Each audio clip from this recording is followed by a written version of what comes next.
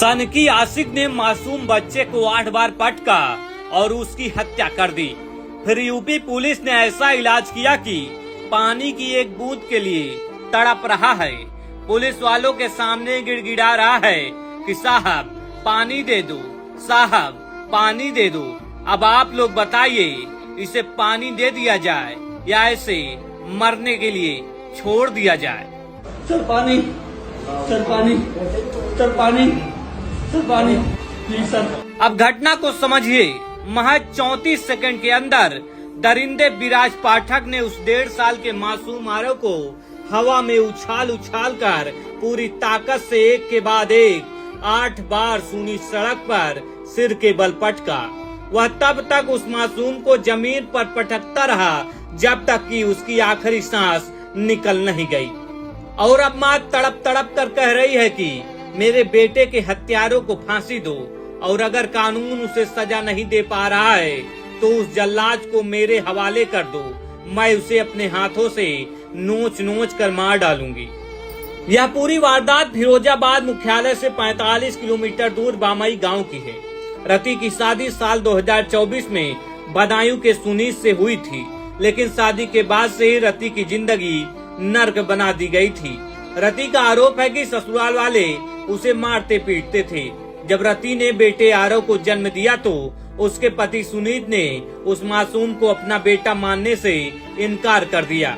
वह बार बार रति पर दबाव बनाता था, इस बच्चे का डीएनए टेस्ट करवाओ, यह मेरा बच्चा नहीं है, मेरा खून नहीं है।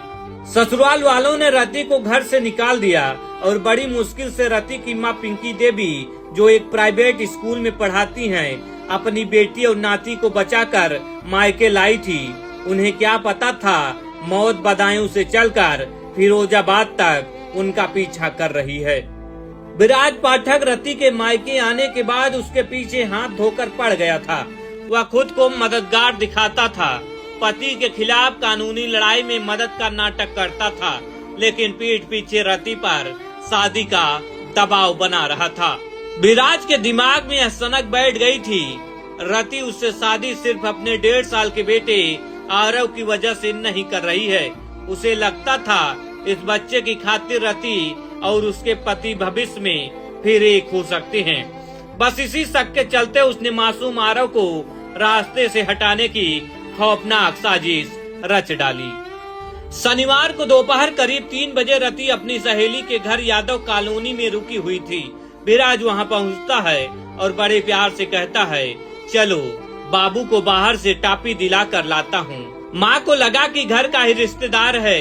उसने बिना शक किए अपने जिगर के टुकड़े को उसकी गोद में सौंप दिया। लेकिन घर से महज 50 मीटर दूर जाते ही सुनसान सड़क पर विराज ने जो हैवानियत दिखाई, उसे देखकर साक्ष्यों को जुटाने आई फॉरेंसिक टीम की भी रूह कांप गई। विराज ने आरव को पैरों से पकड़ा, हवा में लहराया और पत्थर की सड़क पर सिर के बल पटक दिया। 1 बार नहीं, 2 बार नहीं, पूरे 8 बार। जब बच्चे की गर्दन लटक गई तो वह उसके शव को घर के गेट पर फेंक कर भाग गया। वारदात के बाद आरोपी विराज भागने की फिराक में था। शनिवार की देर रात फिरोजाबाद की पुलिस ने घूड़ा बरथरा मोड़ के पास उसे चारों तरफ से घेर लिया। खुद को घिरा देख पुलिस टीम पर फायरिंग शुरू कर दी। पुलिस की जवाबी फायरिंग में 2 गोलियां सीधे विराज पाठक के दोनों पैरों को चीरती हुई पार हो गई। वह चीखते हुए वहीं जमीन पर गिर पड़ा। उसके पास से तमंचा और कारतूस बरामद किए गए। आज वो अस्पताल के स्ट्रेचर पर लेटा हुआ दर्द से करा रहा है। जो हत्यारा कल तक 1.5 साल के मासूम की जान निकलने तक उसे पत्थर पर पटक रहा था, आज वही हत्यारा अपने दोनों पैरों में गोली खाकर अस्पताल में पानी की एक एक बूंद के लिए तड़प रहा है। पुलिस वालों के सामने गिड़गिड़ा रहा है, साहब पानी दे दो, साहब पानी दे दो। सर पानी, सर पानी, प्लीज सर।